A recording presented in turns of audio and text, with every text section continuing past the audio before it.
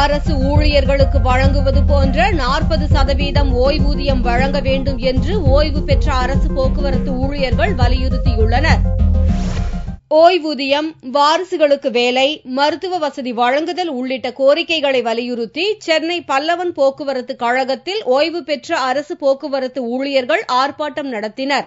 இந்த ஆர்ப்பாட்டத்திற்கு தலைமையேற்று பேசிய தமிழ்நாடு அரசு போக்குவரத்து கழகங்களின் ஓய்வு பெற்ற பணியாளர்கள் நலச்சங்கத்தின் தலைவர் வரதராஜன், அரசு ஊழியர்களுக்கு வழங்கும் ஓய்வூதியம், இலவச பஸ் பாஸ் உள்ளிட்ட பல்வேறு கோரிக்கைகளை அரசு கட்டாயம் நிறைவேற்றி தர வேண்டும் என்று கோரிக்கை விடுத்தார்.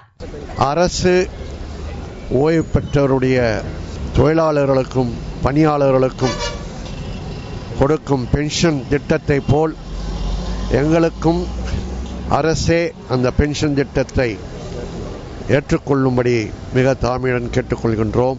அரசு ஊழியர்கள் ஓய்வு பெற்றவர்களுக்கு வழங்குவதைப் போல் 40% ஊதிய உயர்வை ஓய்வு பெற்றவர்களுக்கு கொடுக்க வேண்டும் என்று தாழ்மையுடன் கேட்டுக்கொள்கின்றோம். திருச்சி, சேலம், புதுக்கோட்டை உள்ளிட்ட கோட்டங்களைச் சேர்ந்த நூற்றுக்கணக்கான ஓய்வு பெற்ற பணியாளர்கள் கலந்து கொண்டனர்.